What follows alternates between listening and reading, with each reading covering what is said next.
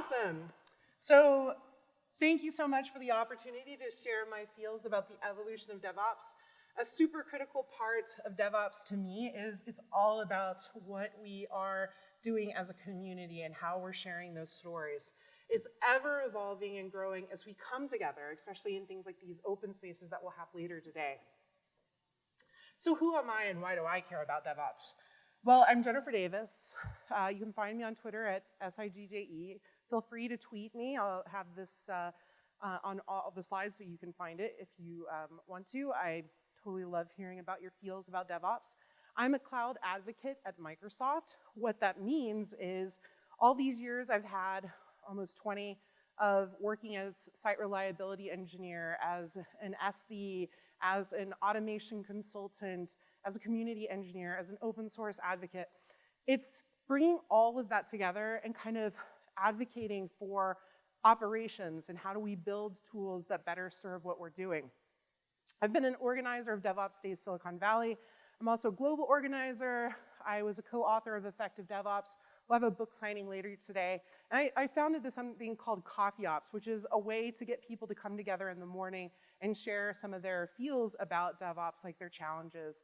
And so what I've basically been doing for many years is a lot of community work alongside of the engineering work I do. And so now I have a job that I can do both. And I love it. Now, one of the things that's interesting about DevOps as a whole and our individual paths within our companies is often it feels like we're moving forward in a straight line. But the reality is we're going through these switchbacks, and it looks like everything we're moving, we're going forward, but we're not. And I want to kind of talk about some of the things and where we've progressed. I'm not going to start from the very beginning of computing because that would be a very long talk and we don't have time for that. But I do want to address some of the challenges that we're having and things that are pulling away from what it is to mean the DevOps movement and the value that we have. So let's rewind back to the year 2008 when Andrew Clay Schaefer and Patrick were meeting up at Agile 2008 under this idea that, hey, maybe we can bring Agile to infrastructure or operations and do better collaboration. So they met in the hallway after a failed sync up at a Birds of a Feather on this topic, and they started a Google group. Now the Google group didn't go off as well as they'd hoped, but it was fine. We started talking about Agile infrastructure. At the time, I wasn't thinking about Agile anything. I was at a little company called Yahoo. I was one of the founding engineers for a particular product that grew to become pivotal to every single popular Yahoo site there was. We stored little pieces of data, and it was amazing. I worked with the most awesome engineers. It was, like, I cannot begin to describe how fulfilling it was. One of the things I loved about those days is we had all these external hackathons where we'd bring people in, have like all these discussions, show them our APIs, and build stuff together. I got the opportunity to work with all kinds of people across different parts of the organization. I also would go to these external hackathons where, well, there was internal hackathons as well that were even more amazing, but I also went to other companies' hackathons. And I didn't really care about winning a prize. I loved just playing with their APIs and their data, and it felt like, wow, this is so awesome. We have this opportunity to build shit from nothing and collaborate across companies. The other thing that started happening is we started seeing AWS and this concept of private and public and hybrid clouds. And for me, I thought, this is great. Like, some people were like, oh yeah, now the ops people are gonna be out of a job. And I'm like, no. Plenty of my peers, we have experienced the challenges of managing systems and data centers and dealing with the absolute chaos that comes from people wanting to just get to where they're going, whatever the straight line is. And so I sometimes think about what's happening in our environments and how we try to say no ops, and this is what we end up with, even from architecture standpoint. And so the thing is that there are people who are really good at this stuff, really good at data center management, and they're optimizing it, and that's the value they have, and they have a competitive advantage there, and that's great. Most of us in operations, this is not what we value and enjoy. So, in 2009, we had the Velocity conference had been slowly building up as like the conference to go to for web operations.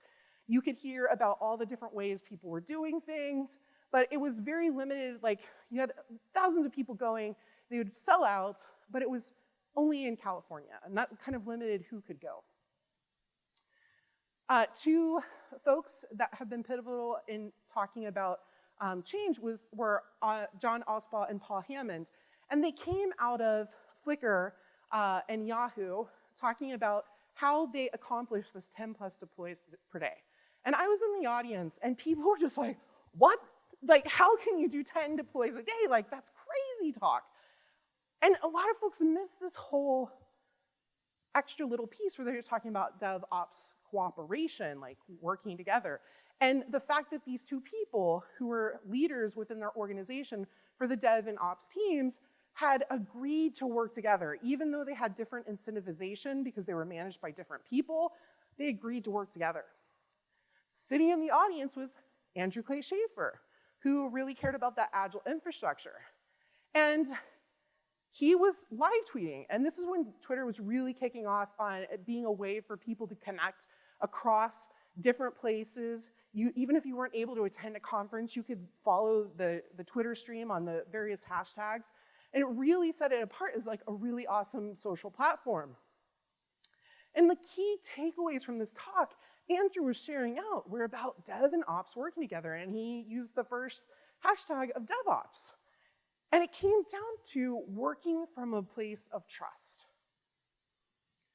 Patrick, of course, was watching Andrew's stream and was like, hey, I wish I could be there. Why isn't there a Velocity Europe? And someone was like, hey, why don't you create your own conference? And so he did. And that's where DevOps Days came from, is Patrick saying, like, I'm gonna create this thing. In that first event, about 50 people showed up. And these 50 people from the community all talked, and you can see the remnants of like how these people influenced and affected, because we came together as a community to talk about all these different patterns. So June 2010, Osbaugh and Robbins published this set of articles written by different people advocating different aspects of building awesome operations teams. Now, interesting fact, if you go back, this book is still super relevant. If you go back and look at Andrew Clay Schaefer's chapter on Agile Operation, it's still super awesome. This is before we really had solidified on DevOps as a thing.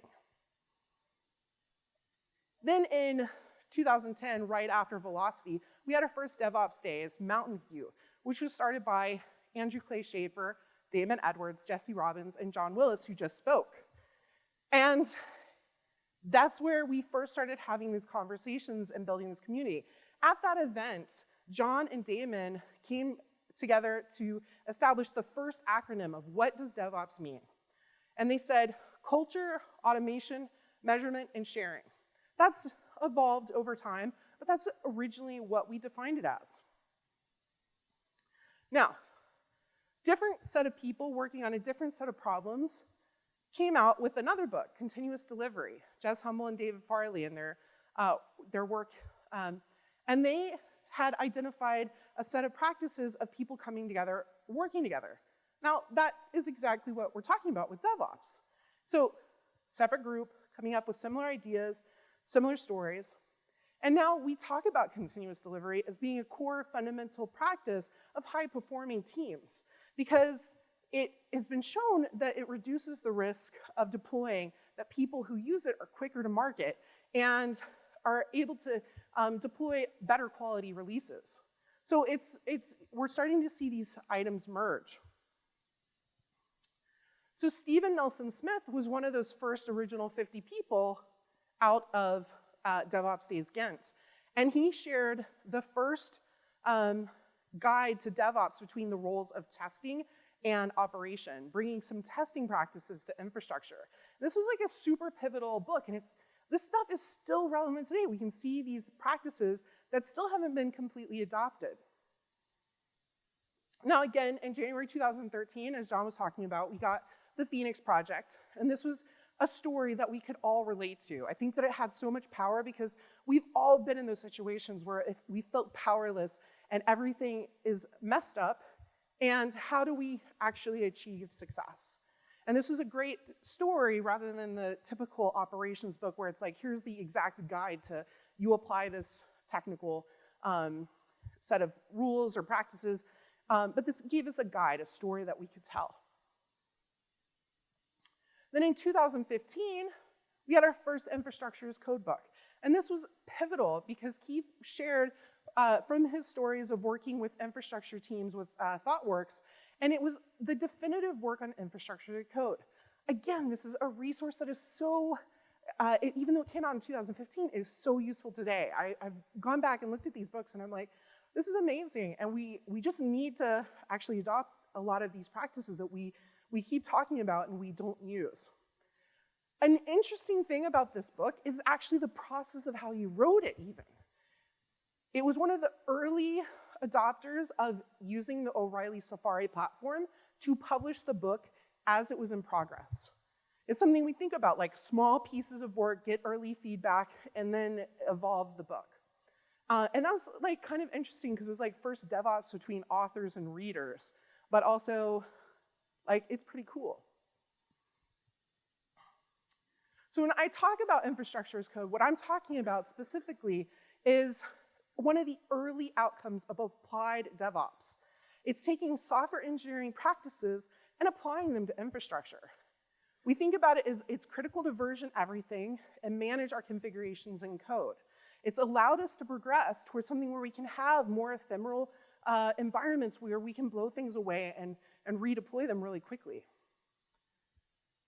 It evolved specifically to solve a problem that we were experiencing. That problem was an environment drift and the release pipeline.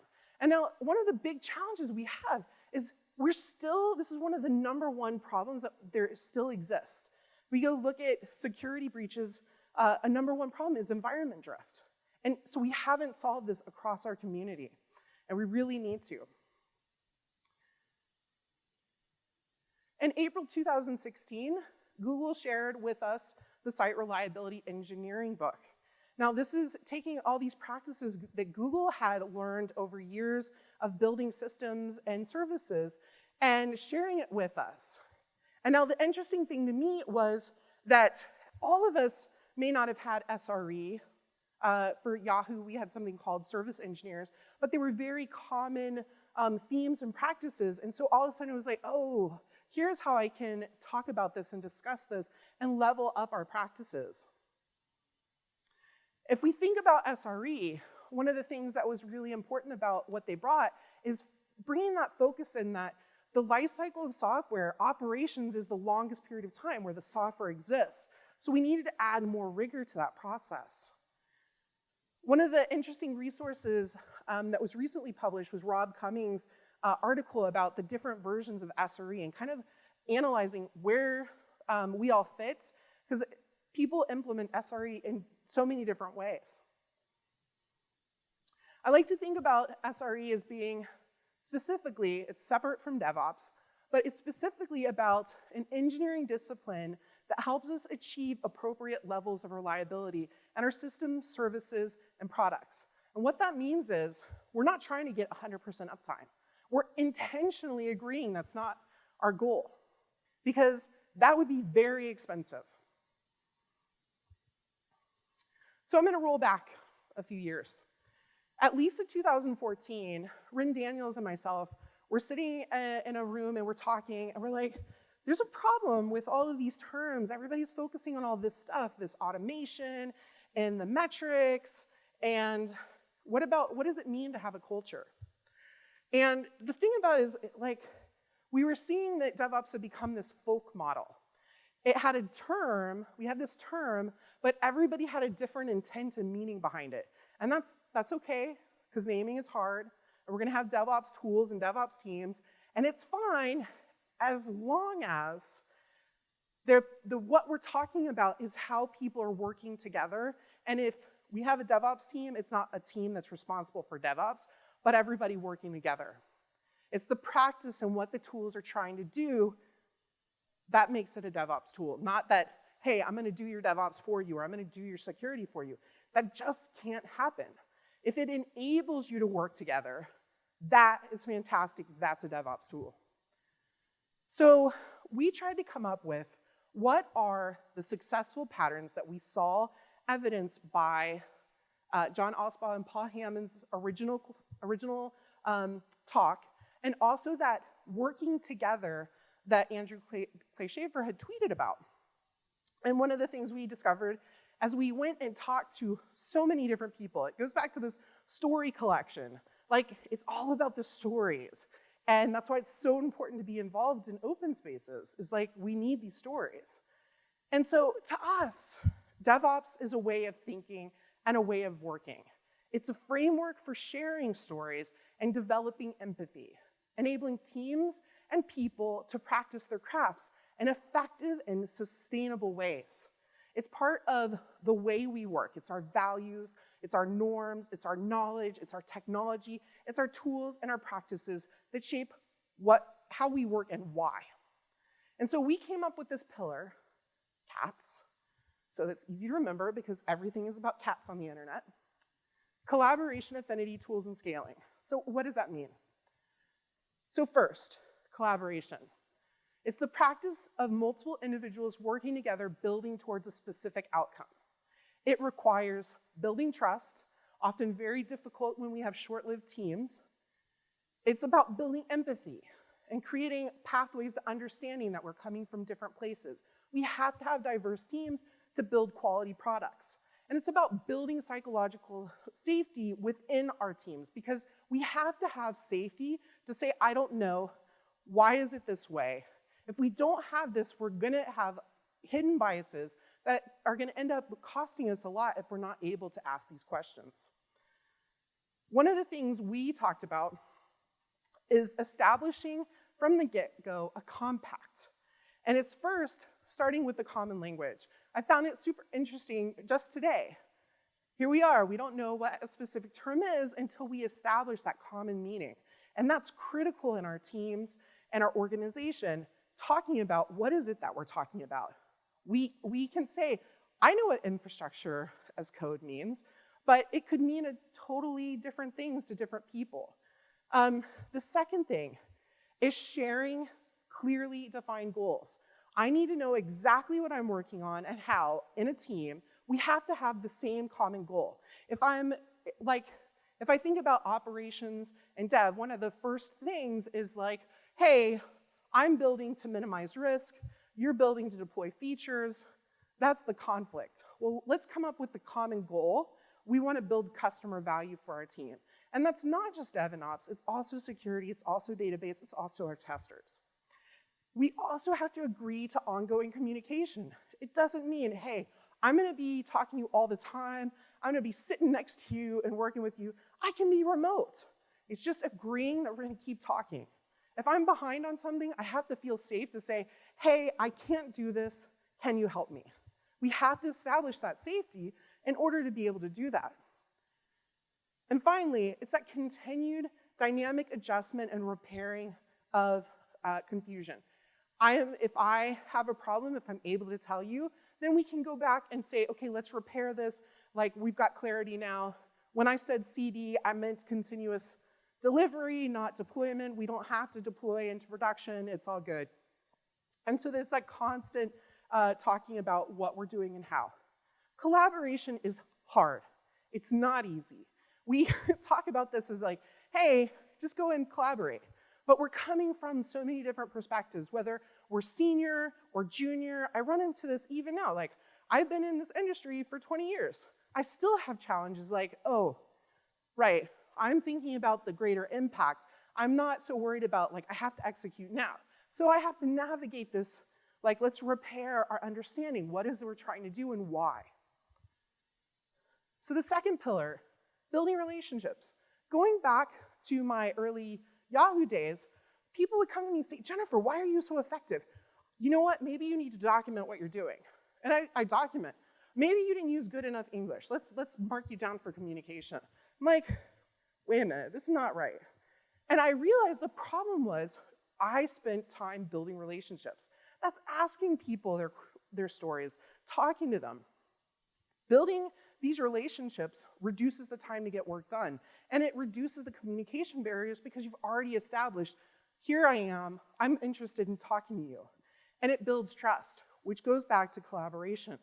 Now, when we talk about affinity, we're not just talking about within your organization. This is so critical. And one of the great things about DevOps Days, we're able to build this affinity across organizations because our careers are a lifetime. We need to have sustainable work because we need to build these connections with all kinds of people so that we can have those careers that last the lifetime. Tools, to us, the technology is going to change. We have to accept it and be ready for it. What they are, though, are accelerators of change. If I don't know what the hell I'm doing now, I have no idea what's going to happen if I apply something. So many times I've been in situations where people are like, we have this configuration management system, now we're going to use this one and that'll solve all our problems. I'm like, no, this is reflective that you haven't talked to each other about what the problems are, and that's part of your problem. So we want to choose tools that allow us to enhance the culture we want, which is one of collaboration and affinity. And then scaling, I'm not talking about like scaling your systems out. I'm talking about the processes and pivots that you have to make. Recently, there was this whole discussion about the NPM layoffs. And one of the things I thought about is like, hey, layoffs happen, and that's okay. It sucks. But you know what you do when you do these layoffs wrong? Is that you harm the trust and relationships that you've built. All of that time that you've spent, you've just burned it to that ground. And so you have to be prepared for change, whether it's growing successfully or having to pivot and shrink and make new changes. Like, that is a critical part of the life cycle of our systems. Okay, so around the same time as Effective DevOps was coming out, the DevOps Handbook came out. And as John said earlier, it was kind of in a different realm, but like, I feel like they're great companion books. One of them is going to talk a lot about specifics on culture, and the other is going to talk a lot of specifics on implementation. So I'm totally not covering every single potential influence in this. I just want to cover, because I'm covering a lot of material, but there's a lot of missing aspects to the story. But I do want to talk about one that was pretty interesting to me. Mark Schwartz came out of government and CIO, and it was interesting to me is how he took agility in DevOps and applied it in government in the United States, and then was bringing that information back into our community. And so a seat at the table came out of that work, and it's super interesting. Another call out to making work visible is Dominica, who brought Kanban to operations. And DevOps had this great game at early DevOps days that she would walk people through. And this is, again, one of the problems we have is like the meta of talking about the work we do and how we are able to work together. It's really hard when you have teams that are vying for the limited resources, and you've got one team saying they never get shit done. It's because so much of the work is hidden, and we don't know what work is happening unless we can see it. And so Dominica shared this great resource about how do we make work visible. In March 2018, Dr. Nicole Forsgren and others published the Accelerate book. And this was taking a bunch of the content that they had learned over years, all the science that Dr. Forsgren had done, and providing it in this more book format. And so critical and crucial about talking about all these different patterns of high performance teams.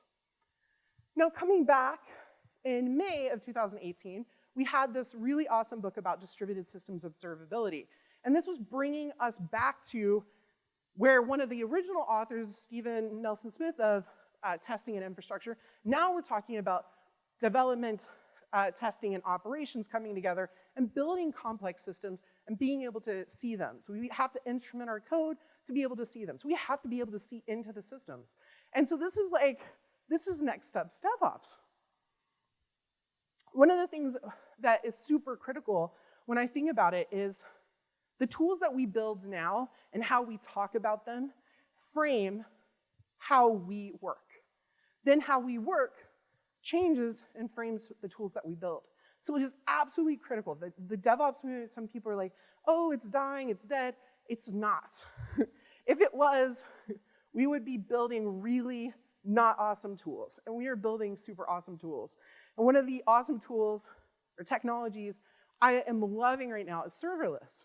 I feel like serverless is just like, it's a DevOps moment. This is a tool that allows all of us to come together and work together in the same repo, talking about the infrastructure, the code, the security, the testing of it. It's all together where it's a DevOps tool, but not a lot of people see it that way, and that's a problem.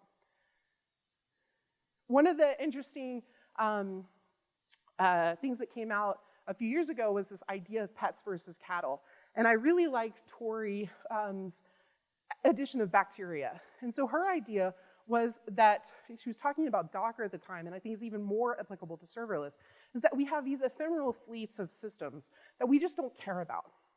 And that's awesome. But we also have to think of bacteria as like good and bad. And we don't want bad bacteria running around. We have to care about the operations of this stuff and the security. And so, like I said, I love serverless. It brings us all together and we can talk about our infrastructure and put it up there right there at the beginning. But often we're not having those conversations. There's all of this talk about the perceived benefits, and we don't actually talk about what the actual benefits are, especially from an operations perspective. And so when I think about it, it's just giving me another choice. When I don't have to care about it, like I don't want to have to care about all of the cabling and the architecture of things if it doesn't matter.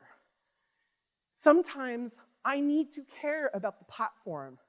Sometimes I need to care about the particular infrastructure. There's so much that I get from running the systems myself. Like when I monitor CPU and memory, I can see how the impact and the changes of the code, how it changes over time. That's something that we don't see right now with serverless just out of the box. You have to plan for your instrumentation ahead of time. So again, like DevOps and working together, we need that at the beginning. If we think about monitoring, it's so easy to conflate these two different metrics, where everyone's having a problem some small amount of time. That kind of be irritating. Or a small percentage of our very vocal users are having a problem 100% of the time, and we're just like, oh, it works for me. Like, that's not good. And we need to have that insight.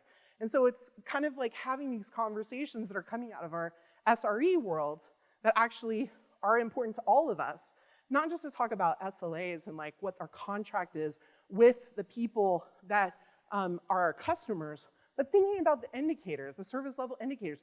What is it that matters to us? Why is it important? How do we determine what's important? And then set objectives that we want to meet. And it's not just about availability, and it's not 100% uptime.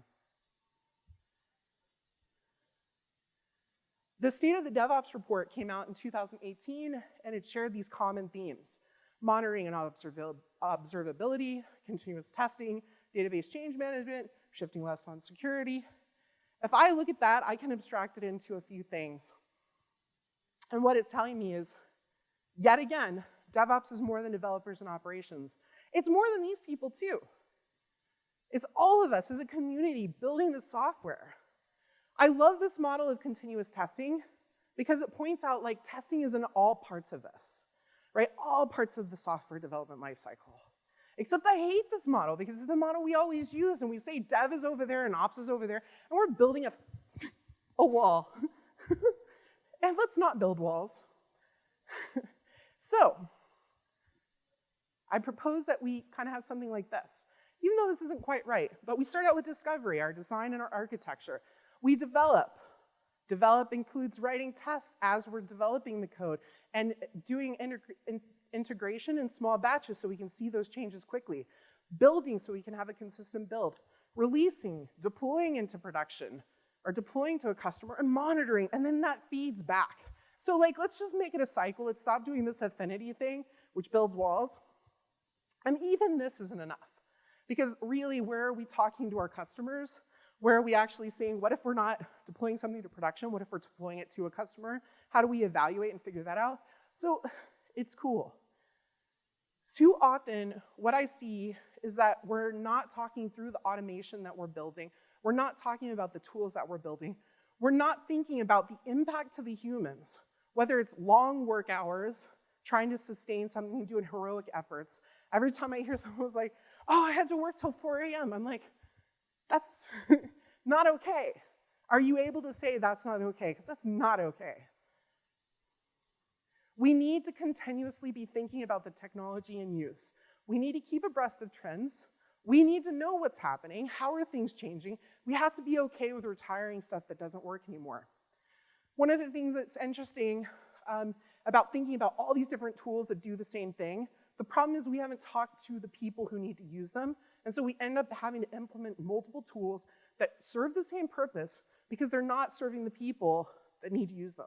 This is why we get different ticketing systems for ops and bug and issue systems for dev.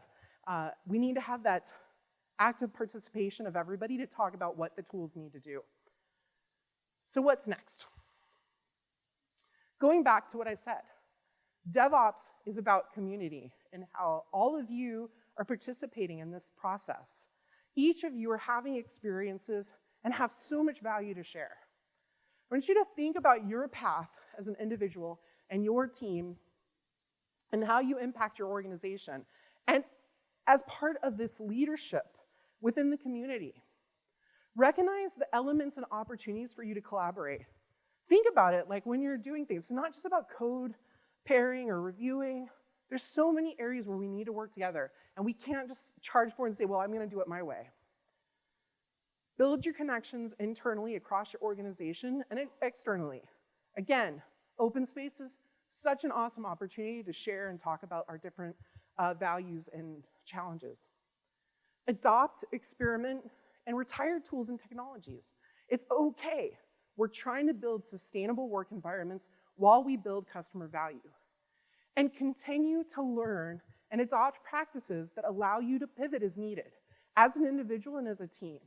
Sometimes you need to change your job, and sometimes you need to change your job. Thank you so much. It's been a pleasure to share this with you. Okay, who is doing DevOps right now and loves it? Woohoo! Okay, what are the topics we're going to talk about this afternoon? What is the cool stuff? Shout out some cool topics. Okay, mapping. Yeah. We have one question here. Okay, awesome. Question.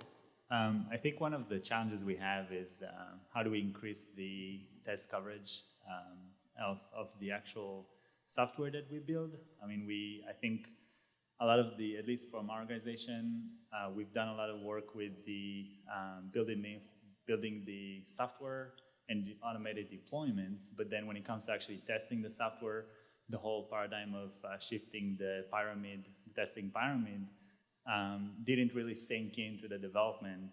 So how do we, this is kind of like for John, how do we ask? Give you the long answer. Okay, cool. So I'm going to give the shorter answer because Jennifer's really more of a day-to-day engineer than I am.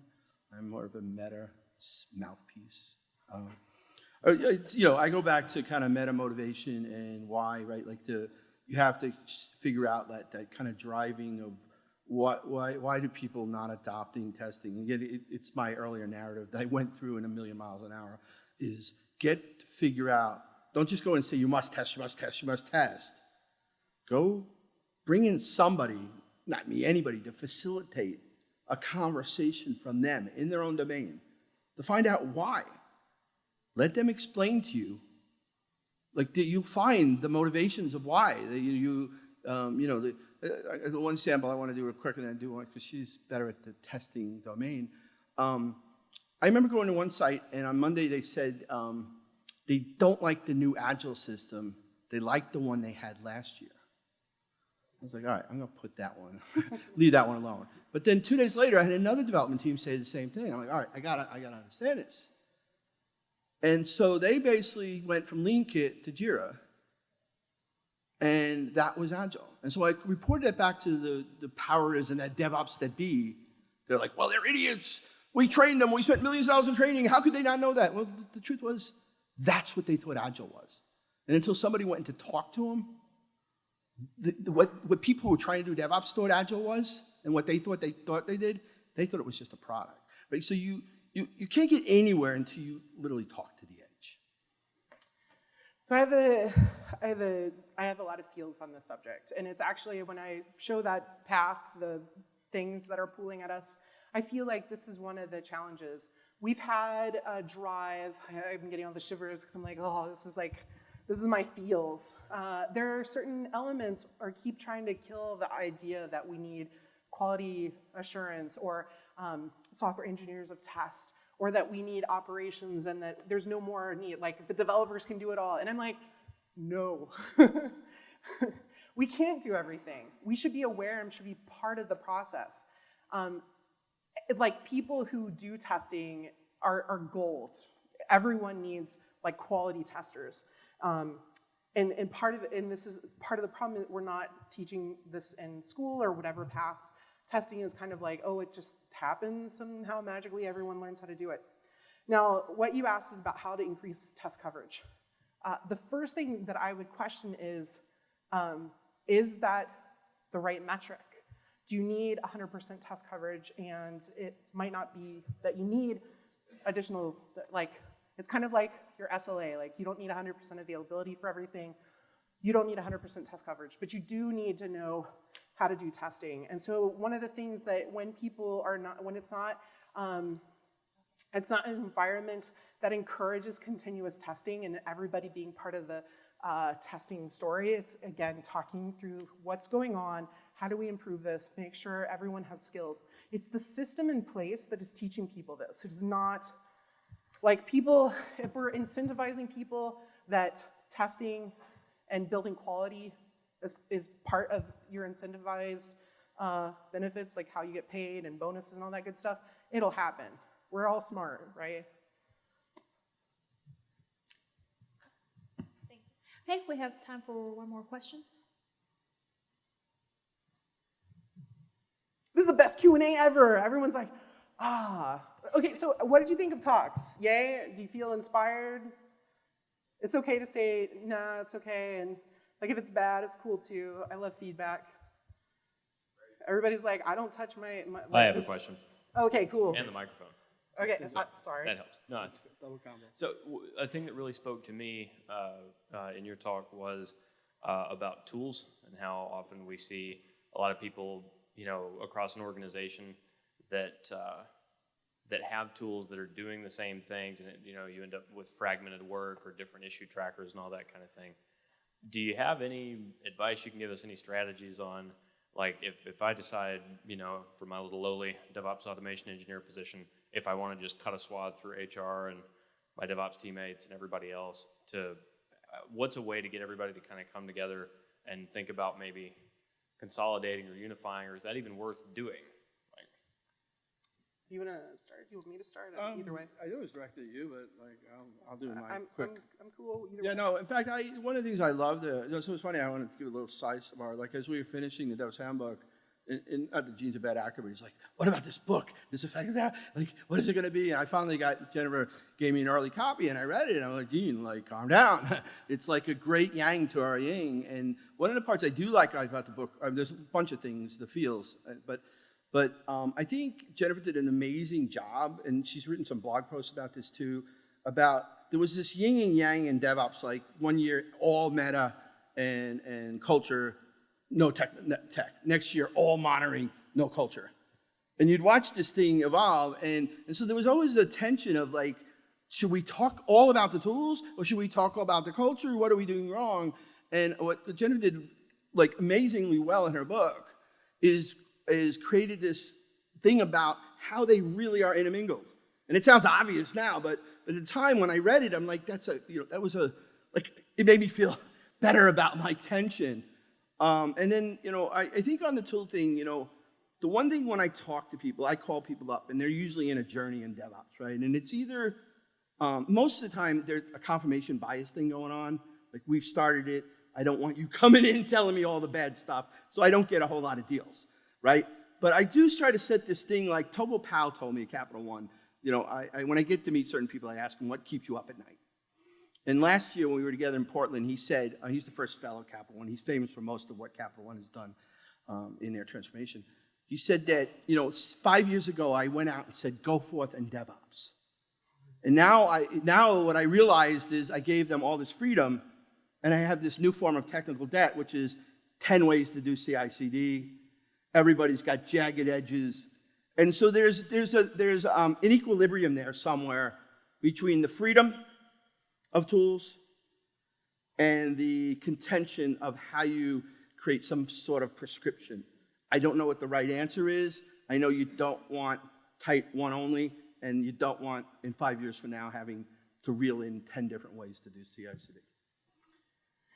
So to go on to that, there's two aspects. The first thing is to identify your leadership style within your organization, not your particular leadership style. So a challenge that we had when we released Effective DevOps, we were like, this is only good for managers. And one of the things I realized is like, oh, we haven't talked about this really explicitly. In some organizations where it's command and control, you're gonna get resistance and you're not gonna be able to affect change as an individual. If you're in that kind of organization, if you like it, awesome. If you don't, there's so much opportunity, like so many people hiring. The second part is you're in a good organization and people are receptive to change and talking, and leadership isn't like, we're gonna tell you how to do it, and you get to be a leader. You identify the problem. You make sure that you understand the problem by talking to people. Talk, communicate, question. Don't assume you know the answer, like here's how we need to solve it, but make sure you're identifying all the problems. One of the things I think that a lot of organizations, like I saw at Yahoo where they were like, we're gonna implement this solution and hand it down, and I would be one of those squeaky wheels. It was like, what about? And they're like, no, this is just how it is. Like, that's the problem, right? If we're not able to talk about here's the problems, people are not gonna adopt it. They're gonna try and find ways around it. You're gonna end up with multiple different things. Shadow IT is like part of this. So talking through, make sure you understand the problem. Then surface it in a way, okay, this sounds bad, surface in a way that you're gonna solve those people problems. Once you've identified the problem, you come up with a potential solution because everybody has tons of time to do things. You surface it as a way to, some people would say this is manipulative, but it's not. You're like helping. You put it in the framework of how am I helping you solve this problem? Like, what is it that what's the problem you have? Let's talk about how this way of doing things solves it, and you influence people by bringing this to them, and you can have greater impacts because you're not the only one cheerleading.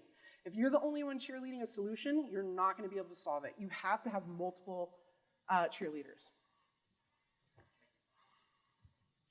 I just want to say one last thing. The Auburn Tigers got robbed Saturday night. Okay, let's Thanks give so a hand much. to Jennifer and John.